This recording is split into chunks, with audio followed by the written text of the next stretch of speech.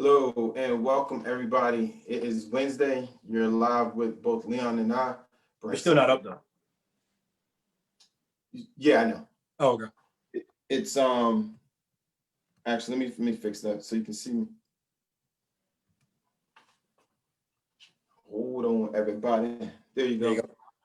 I want to welcome you all to the time you're gonna have with Investing Education Academy today. We're going to be doing something a little bit different. We're going to talk about IPOs. It's been a hot thing. A lot of people are trying to figure out what's going on with this IPO marketplace. 2020 is going to be one of the largest years economically for IPOs. So we're going to talk about it, and Leon's going to tell you why we're talking about it as I do some housekeeping. Yeah, because as Brent said, it's a huge year for IPOs, and it's actually a lot of people are surprised there's so many IPOs because of COVID. You know, everything shut down in March, essentially March through June, July, August, September, really September. So everyone figured, okay, the economy shut down. There were no IPOs or very few IPOs this year. But for whatever reason, the market, once it bottomed in March, just took off. I think off the lows, we're up like 60%, 50-60% off the March lows. So that signaled to companies that were looking to go public, like the markets are back, are functioning, and are okay with with buying stocks. So companies that were saying they're going to go public this year, who put it off because of the pandemic, put everything back on. And so this is, like Brent said, it's going to be one of the biggest years for IPOs ever, which is really odd because in the middle of a pandemic, when a large majority of the economy is shut down or is really struggling. But what that showed, and what you'll notice is that, and may not notice, but a lot of companies have been tech companies, and these are companies that are helping all of us work from home or work remotely. A lot of those type companies are going public because they're seeing huge demand in their services because of the pandemic. So I think this year we have a special year, right? It's special. We have a special year from a stance of we have companies that are COVID companies that came in. They're providing medicine, food, a way to communicate. But then in the middle, you had those companies that we're just frustrated with life. Still the COVID-19 companies, but it was the ones like the Netflix. Like, you know what? I'm just going to dive into Netflix. I'm gonna binge watch, and then they went on runs, but not IPO, but just market wise. And then from an IPO standpoint, you do have those companies that now are possibly recovery companies. They're dropping IPOs, and you don't know if it's going to be a full-fledged recovery company or not. So this has been a perfect storm for a lot of companies. And also, I think a lot of people were trying to figure out, how do I just make more money? Like a lot of America's, they don't have a lot of revenue sources. So many people, this is totally my thought, turn to the marketplace like, well, let me spend some time and actually learn the stock market thing. I'm home. I've heard so much about it. Let me start to learn. Let me give it a real run at understanding the stock market. I think that's why there's been so much activity in the market this year versus most years. Yeah, that's been proven too, because a lot of I watch a lot of CNBC, and they've done interviews with millennial investors, or the Robinhood investor. A lot of them said, yeah, they were either laid off or their school shut down, and everyone was doing remote working or remote schooling, and everybody was home, and they were like, well, there's nothing else I can do, so let me try to make some money, either supplement my income or just be my full income by investing in the stock market. And a lot of people got in, lucky enough, right around those March lows, and have seen 60, 70, 100% gains, which again is abnormal, but it's got a lot of people engaged because they're seeing now how you can actually make money in the market. So that's one reason why. It's another reason why the market said. So there's a theory now that the quote unquote Robinhood investor or the millennial investor is the one driving the market. It's a theory, no one actually knows, but it's a plausible theory because prior to this, a lot of investors that got out of the market during the credit crisis in 2009, 2010 never came back. Right? They were just burned. They lost their home. Their homes dropped in value, or they lost their homes, and the stock market dropped. So they lost everything. So a lot of people just did not come back to the stock market. This is the year that it looks like a lot of people are returning to the stock market, which is people are theorizing that's what's pushing the market higher. And letting these companies know going public now is a good thing. Yep. And so for anybody who has questions today, please post them. We'll do our best to answer as many questions as possible. And, there's a lot happening in this IPO marketplace. Some people are familiar with IPOs. So for those that are just starting from zero, we're talking about initial public offerings. These are stocks that are making themselves available to retail investors. They've gone through the private equity side, maybe Series A, Series AA, E, I think it's like up to G. So they've done their series offering, they've done friends and family offering, they raised money on, privately with more likely some type of underwriter. Most cases, IPOs have an underwriter. We're in a place now where people are getting very creative with their underwriting or how they come to market to IPO. But long story short, initial public offering is an IPO for those of you all who are fresh to what that might be. There you go. Yeah, it's just selling shares to the general public so that you and I can buy versus just like a hedge fund or a VC firm. It's where, the general public can now buy shares in the company. So Brent, you can pull up slide 1 when you get a sec. Yep. So slide 1. So it's been an interesting year. Like when I saw these numbers, I was actually shocked because we actually did a podcast a few months ago on showing why IPOs are bad investments. And the reason that is because history has shown that typically IPOs get this big pop right around when they come out. And then over the next couple weeks or maybe months, they'll kind of drift back down to where they were before or where they were right as the pop happened. So basically right around their IPO price. And they'll kind of stabilize. And some of them will go lower. Some of them will go a bit higher. And some of them will just kind of trend sideways. So historically, they've been bad investments because historically history has shown that if you buy an IPO when it first comes out over the next 3 to 5 years, you actually lose money. So 3 to 5 years out after an IPO, on average, the IPO will be down money. And that's not every company.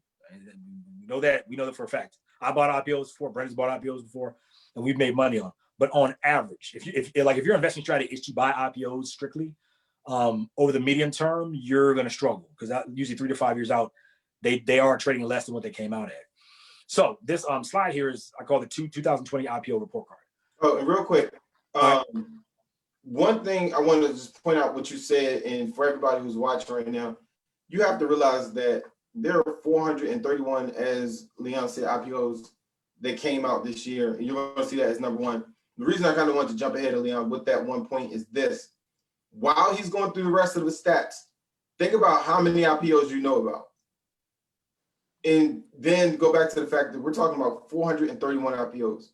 And so when we did that, piece where we talked about IPOs generally aren't the best investment, you'll understand why. It's so many that you just have no clue about. And no, not to say anybody's unsophisticated, but there's just too many to keep up with. So think about that 431 while Leon's going through the rest of the stats, and I do a little bit of housekeeping.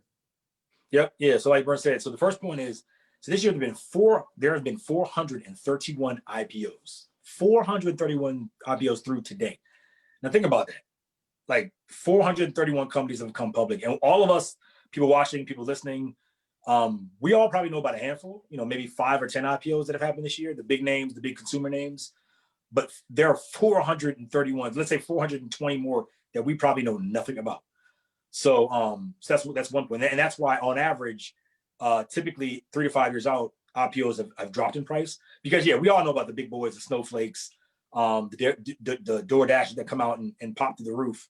And that may stay higher, but there are a lot of companies that come out that don't get a pop, some that drop immediately from their IPO, and some that are just underwater for years and years and years and years. So, so the 10 that you may know about, just remember there are 420 others that you know nothing about. So, second point is the average return this year for an IPO out of all those 431, the average out of those 431 has been 36.39% return this year, which is a great return. I mean, you're talking almost 40% return for IPOs this year. So again, when we see the one saying they're bad investments, typically that was pushing out 3 to 5 years. Short term, so if they come out this year, the last 8 to 12 months, they've done great. Now we'll see if you hold on to that for the next 3 to 5 years, how they actually look then. But so far this year, the average IPO return has returned 36.39%. Now the largest return has been a whopping 893.04%. So the stock that's returned that much has returned almost 1,000% since it's become public this year. And the worst performing stock this year, IPO this year, has lost 77.33%. So that shows that, some of the IPOs can lose money and lose money big. Now, one point I did put on here, and it's getting a little wonky, but the standard deviation of those returns was less than 1%. So what that means is the average, so we're looking at basically two outliers: the 893% return on the high end and the 770% on the low end. Those are outliers because the typical move above or below that 36% return was less than 1%. So most of the stocks that have come out this year are returning right around 36%. So I don't want you to think that, there's this huge disparity between 36%. You can make, you can have some that are doing like 7, 8, 900. No, those two you're looking at there, the 893 and the 77 loss, those are outliers. Most of them are within about 1% of that 36%. So 36% is a very accurate number for the returns this year. So today was a big day for DoorDash. I don't know if anybody knows or anybody followed it, but DoorDash came out today. They came public today. It was priced at $102. The thing ran up to $189 when it closed. So it was up 85% just today alone. 85%. And if you think about this, it kind of makes sense why a lot of times IPOs lose money a few years out. Because when you get pops like this, like an 85% pop in one day, that's typically not sustainable, right? So typically something that gets that big of a move is going to retrace at some point and may even go below. So getting an 85% pop, to me, makes sense why a lot of IPOs underperform a few years out. And then C3, the next point, C3.ai came public today as well. They priced at 42% and it closed at $94 today. So today, C3.ai was up 119% in one day. I mean, these are just massive, massive moves for these IPOs. And again, that also lends to why going out a couple of years, these IPOs typically may be underwater, because when you get such a huge move, that's just typically not sustainable over time. So a lot of times they'll drift back to either where they came public at or even go below that. Okay, we have a question about DoorDash. And, is it DoorDash shocked you? Yes. DoorDash was the second largest IPO this year next to Snowflake. It was absolutely shocking, but at the same time, it sort of, for me, DoorDash is doing what they had 200%. If correct me if I'm wrong, roughly 200% revenue increase in 2020. Why do you think that is? And for anybody who's reasonable, even in their S1 that they filed, they gave a warning that they could not continue with revenues as they are today in a post-pandemic environment. So DoorDash is an anomaly. And it goes back to what we said about some of these companies taking advantage of their position, and not in a bad way. I mean, it's the US economy. The whole goal is to position yourself the right way. And these companies have done it. They position themselves in a time, in an environment where they're extremely necessary. And then they decide to go public. You look at, what is it, C3.ai? That's the biggest competitor to CRM. And of course, if they're coming out with an AI-based CRM system, right now, again, what's happening with the entire world? We're trying to figure out how to do as much remotely as possible. In addition to the fact that we are moving towards a more autonomous world, just, automation is going to rule. And so these companies, those two in particular, are very well positioned in this environment. And then with C3.ai, they have lower business overhead for a company that size in an industry like it is, because most of it is using robots and automation. So, these are examples of companies that are totally positioned themselves well in this particular marketplace. Yeah, to me, DoorDash is I think it's like a house of cards. DoorDash said it. They said in their S1, they were like, they basically said they know that the revenue they've seen the last year since COVID and maybe a little before is basically because we're all home. Like, we're not going to we literally cannot go to a restaurant to sit down and have a meal. So you either have to order in or buy groceries and cook at home. So DoorDash is a total function of the pandemic. Now, in another 6 to 8 months, will we be in the same position we are right now? I doubt it. People are itching like crazy to go back to restaurants, bars, hang out with friends and family. So personally, I wouldn't touch DoorDash because I think a year from now, DoorDash will be a lot lower in price than it is now. I mean, again, they've admitted that they essentially know the reason their revenues are so high because of the pandemic. And as Brent said, they're taking advantage of that, which I'm not knocking. I'm just not comfortable placing my money with them. Whereas C3.ai, like Brent said, they do CRM, they actually do data analytics as well. They have a lot of government contracts. So I mean, big company. They're founded by the guy who founded Siebel Systems. If anybody followed this up back in the day, they were like one of the first like human resources CRM companies back in the 90s. They sold to Sun Microsystems, I believe, back in the. I think it might have been Oracle. Well, right, yeah. Then Oracle bought Sun, yeah. So yeah. So their founder is, I mean, he's a G. He's been around since the 80s. He's been around since the 80s doing technology. He's had multiple exits of multi-billion-dollar company sales. So C3.ai is a real. I'm not saying DoorDash isn't a real company. They are, but they're kind of opportunistic right now. Where C3.ai is a company with hardcore contracts with government and private sector. So if I'm betting on the two, I would bet on C3.ai over DoorDash.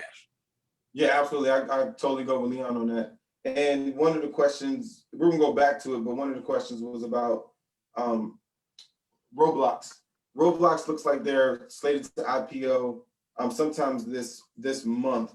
So I'm trying to see what the projection will be for their offering price. And as we talk, I'm going to look it up and get back to you. Yeah. So Roblox. Yeah, Roblox is Brent's flavor of the month, which is gaming. Yep. And it's actually gaming targeted at kids, which is like a double positive. And so yeah, I mean, I always tell people, like I told my sister and my brother-in-law they should get my nephews into investing, and one of the first things they should buy is Roblox. And I kind of push this on them because I know they play Roblox all the time. So I was like, yo, it's a perfect opportunity to get my nephews into investing. So what their offering price is going to be, I haven't looked that up. I don't know, Brent, did you find it?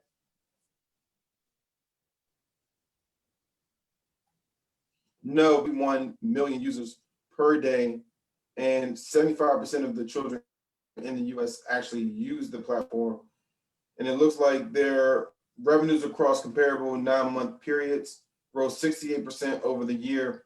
Again, this is a stay-at-home stock. So, I think Roblox will do well, but, between this and C3.ai, I will go with C3.ai. And also, I like the fact that it's in gaming. I mean, I am a fan of gaming, I will tell you. But this is one of those companies I think is going to launch, and then it's going to have an extreme pullback, and then I will buy it on the pullback. The ticker symbol they're saying is going to be RBLX. And they said, valuation of $8 billion. So if they're doing a valuation of $8 billion, let me think about that. I used to be able to do this stuff in my head. What do you think about as far as the valuation? Average companies with a valuation of $8 billion, what they normally come out with. But so in case you all don't know the formula for when companies price themselves for IPOs, it's not science. It really isn't. So it's part science, but a big chunk of when it gets to their underwriter is determined by what their underwriter just thinks that the market will support. So it's not as if it's like, if they have a valuation of $8 billion, then by default, they're going to be between the ranges of, $10 and $23. It doesn't work that way, because it also depends on what the restricted period is, if they have a restricted period. If they don't have a restricted period, we talked about that in one of our lives. And that just essentially means that the employees who were hired to the companies and they had some type of restriction on when they can sell their stock.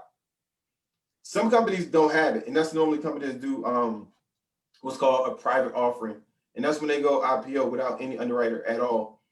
In those cases, immediately liquidity comes to the employees, meaning they can sell their shares. When they can sell their shares, that means that there are more shares in the marketplace, therefore not creating this overinflated demand. When companies have restricted shares, it creates an overinflated demand. People just want it, scarcity play kicks in, and the price goes up really fast, which also means it gets pulled back. So there are a number. I mean, honestly, that's just a few of the factors for IPO. I mean, I'm sure, you know, between Leon and I, we can think of like 7. But so it's just not an exact for all companies. It's not a standardized. It's not standardized. I'll say that. Yeah, I mean, to me, the valuation, yeah, like Mercer said, that just showed to me all the valuation shows is what Wall Street is willing to pay for it, right? So like DoorDash, I mean, DoorDash came today in public at like what 40-some billion. I mean, that doesn't affect me or you in any way as investors. It just is what it is. If you're comfortable paying 42 billion for DoorDash, you know, then you're good. I'm not. I mean, like I said, I think it's way overinflated in price. I don't personally, I don't look at, it's interesting to see, okay, what are they being sold to the public for? Like DoorDash came out at about 40-some billion. That's interesting, but it has no bearing on my, how, you know, if I'm about the stock or not. I'm looking more at the fundamentals of the company, and especially in their S1, when the company says specifically they cannot keep revenues growing at the pace of growing now because they know it's based on COVID. Then that to me is, I mean, and they have to reveal different risks. That's a huge risk to me. So I wouldn't even worry about wouldn't even worry about DoorDash. So yeah, if I had to choose between DoorDash or I like Roblox. Let me say I like Roblox. I just wouldn't choose it over a Good RX. Good RX IPO'd in September, the end of September, when they IPO'd in September. This is classic with the chart that Leon and I talked about. It spiked up to over $50 a share from 20 something. Now the stock 3 months later is trading right around 30, 31, $32 or so. But the highest spike was like $56 within 3 days of trading. So, you know, when we play these IPOs, you really have to think, are you really doing the buy hold strategy? Are you trying to, you know, do the pop? And if you're trying to do the pop, I would absolutely put in automated trades so it can take the emotion out of it, because it's so easy to get rocked by your own strategy when you have the ability to change it on the fly. If you were to set parameters like limit orders or stop loss, it automatically, you know, sells the stock for you. So the emotion is kind of out of it. And so again, we talked about there on Thursday, there are roughly 9 IPOs listed to go. Globix Acquisitions Corp, RMG Acquisitions Corp, Civiz AS, I don't even know what that is, Vizos Therapeutics, NetJoy Holdings, Hydro Farm Holdings Group, Sino Ocean Services Holding Group, Airbnb, Carney Technology Acquisitions Corp. How many of those did you all know about for tomorrow? I had no idea about any of those. Yeah, tomorrow. Well, Airbnb, you know Airbnb. Yeah, well, yeah, aside from that, yeah, true. And that's the thing. So many of these IPOs come out, and we think, well, the ones we heard about, they did pretty well, so we're just swinging for any IPO. And that's when the failure comes in. It's like, well, I'm gonna get any IPO. You can't just get any IPO. It's really not. You still need to look at the fundamentals of the company, and you need to understand the sector. Leon talks about this all the time. If you don't understand the sector's behavior, you don't know if you're buying an outlier or you're buying a company that's in line to be the #1 person in the sector or the worst. So if you don't understand sector behavior, especially in tech and growth stocks, most of those have negative revenues. And to most, it's like, oh my gosh, you know, you bring in a more mature investor, seeing companies with some of these negative returns could frighten them. But it's normal for certain industries. So you really need to know the industries you're getting into. And I'm a huge fan of Good RX. So if you all aren't familiar with it, you should definitely look it up. And the question, Leon, this came in, it said, if a company knows that it's not sustainable, why would they basically IPO? And I think that's a reference.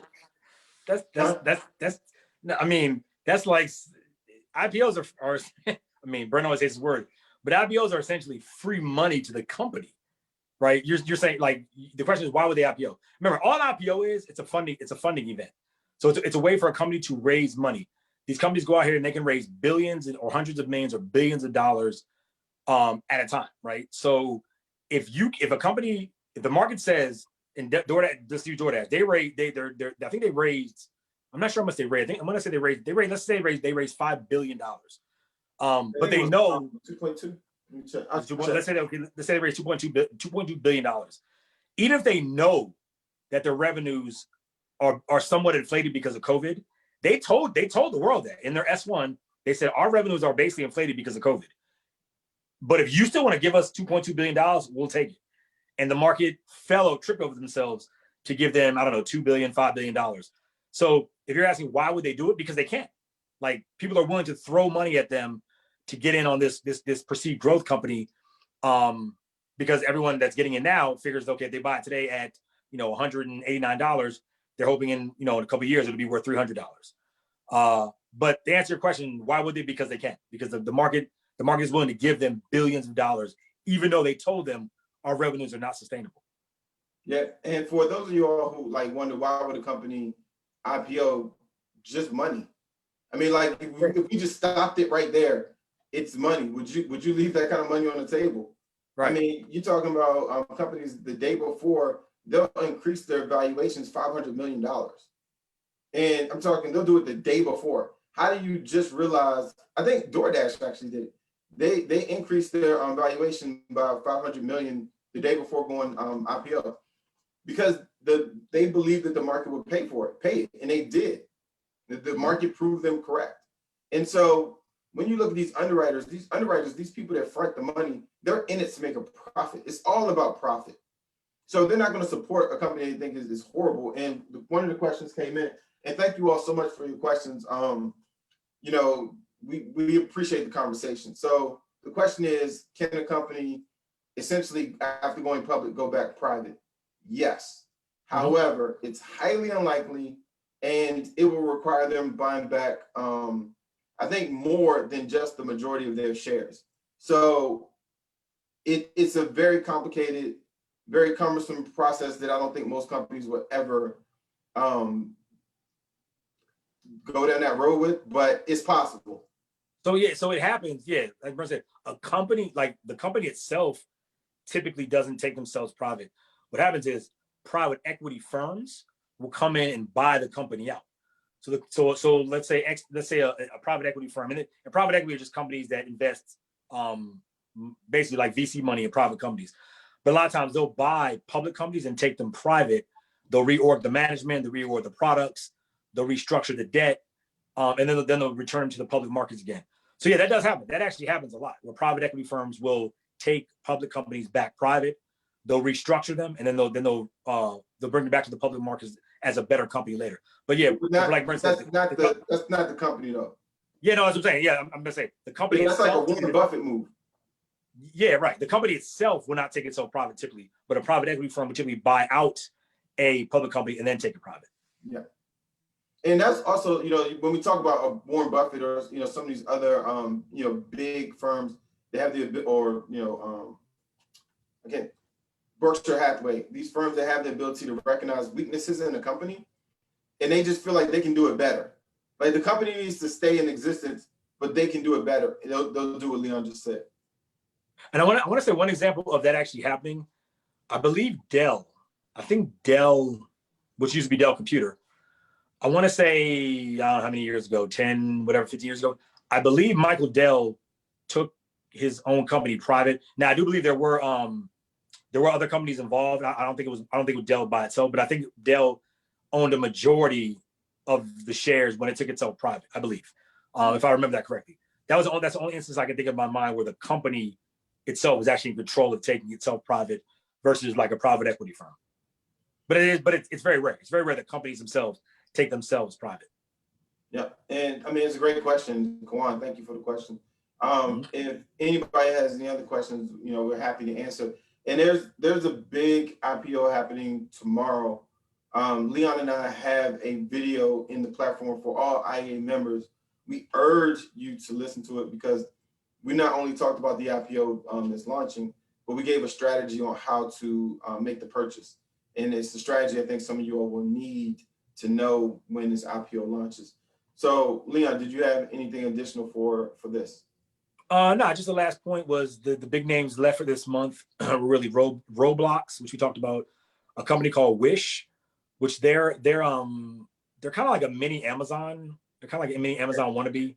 That's I pretty feel like popular. I've never it's used. Alibaba. Or maybe it's okay. Maybe yeah. I know it's something with retail, and maybe like wholesale, which is Wish. I've never used them, so I'm not too familiar with them. And then of course Airbnb, which most of us know.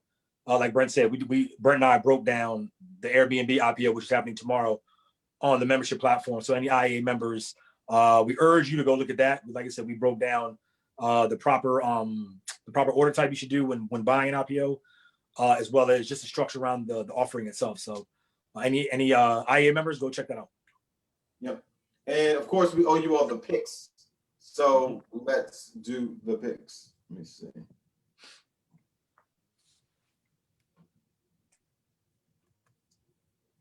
All right. You going first or me? I'll go first. You know we can't see you? Yeah, I know. Oh, okay. All right, go ahead. Well, you can see my picture. Yeah. All right. So my pick today is going to be Fubo. Who? I know, right? Fubo. Okay. All right. So this is a stock that IPO'd roughly a month ago. So you're kind of picking an IPO too. Yeah, I figure I stay in the zone. Go with the theme, right? Okay. So Fubo's ticker symbol is FUBO.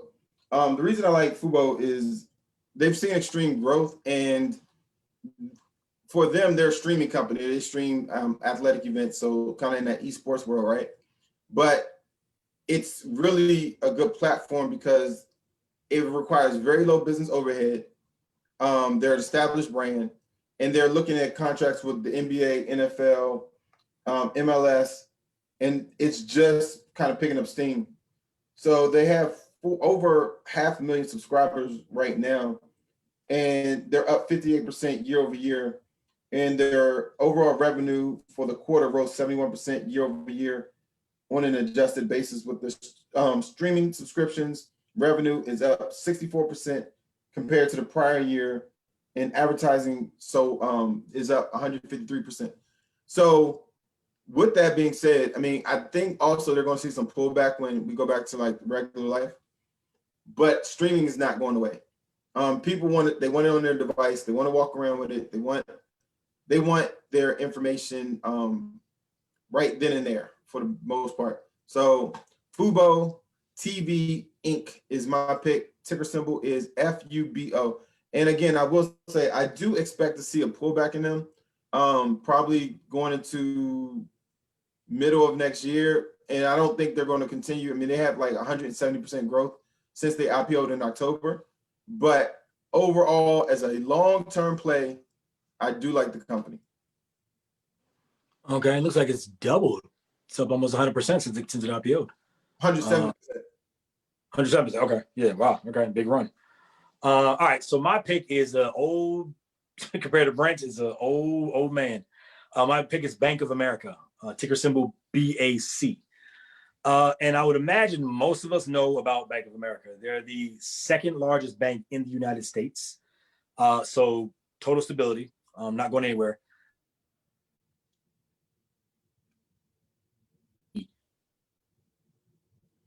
Hold on, Leon, your the volume is cutting out for some reason. Okay, how am I now? You're good. Okay, so I'll repeat. So pick is Bank of America. They're the second largest bank in the United States. They have 2.4 trillion with a T, $trillion worth of assets under management.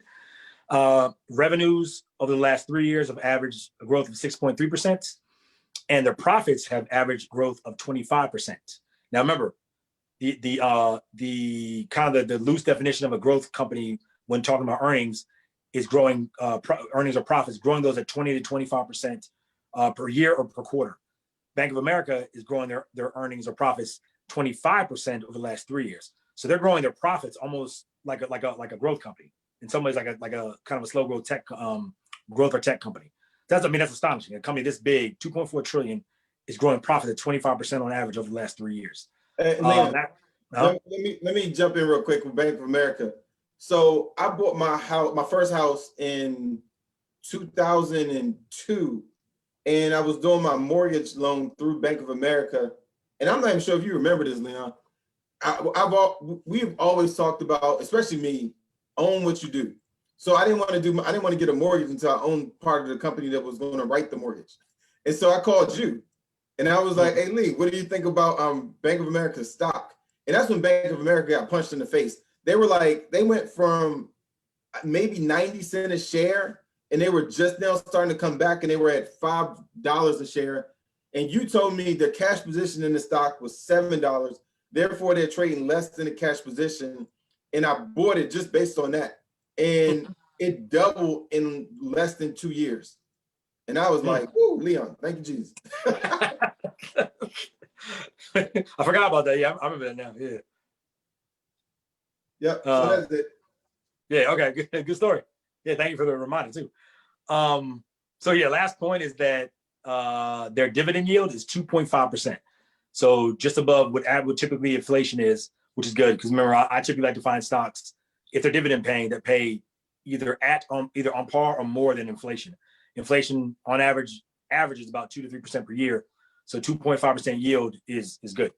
So that's my pick. Bank of America, ticker symbol BAC. Today it closed at $28.80.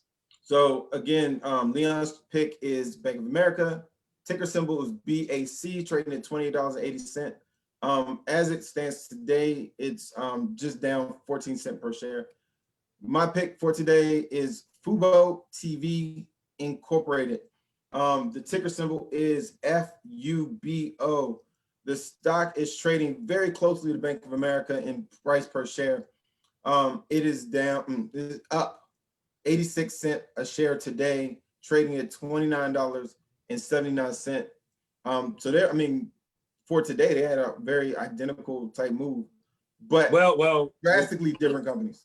Well, remember, it's more about the percentage. Yours was up 86 cents or almost 3%. Yeah. I believe Bank of America was down slightly today, but the 86 cents translation to 3% because the stock is only $29.79. So that's why I would say it's better look at I feel it's already better look at the percentage than the absolute dollar amount because 86 cents doesn't sound like a lot, but it's actually almost 3% of the stock. Yeah. And again, when you look at Fubo TV Inc., they just recently IPO'd in October, but when they did, this company essentially, let me see, 6 months. You're looking at 6 months, and it goes back to, you're looking back in August, they were at roughly $12 a share. I really think the fact that they have low overhead and the fact that, streaming is everybody's streaming. People, they don't want to do a lot. They just want to walk around and be entertained. Bank of America is money. People are always going to need money for something. So between those two, that's Leon's pick. It's my pick. We really, truly thank you all for being with us again. And for anybody who's trying to join IEA or wants to see more about, what we do inside of the framework, you can go to www.ieamembers.com. And if you want to listen to the podcast, you can go to www.ieapodcast.com. We're really going to have something special coming out for the Christmas season. Don't know what it's going to be. We got to figure it out. But we're going to try to have some type of offering for our community, maybe some light competition. And we're thinking about doing a webinar. So if you all can kind of tell us send us direct messages, post it if you like. If you'd be interested in us doing some type of live webinar where we're teaching the basics of the stock market or, maybe how to read a chart or how to read financials, just the history of it, whatever it might be, let us know if you want a webinar. And this would be something we would do for people who are not IEA members, because we do want to spread the information to everyone and not everybody's designed to be an IEA member. So did I miss anything, Leon? No, that was it. That was pretty much it. Good wrap up. All right. Thank you, everybody, for watching. We will see you all next week.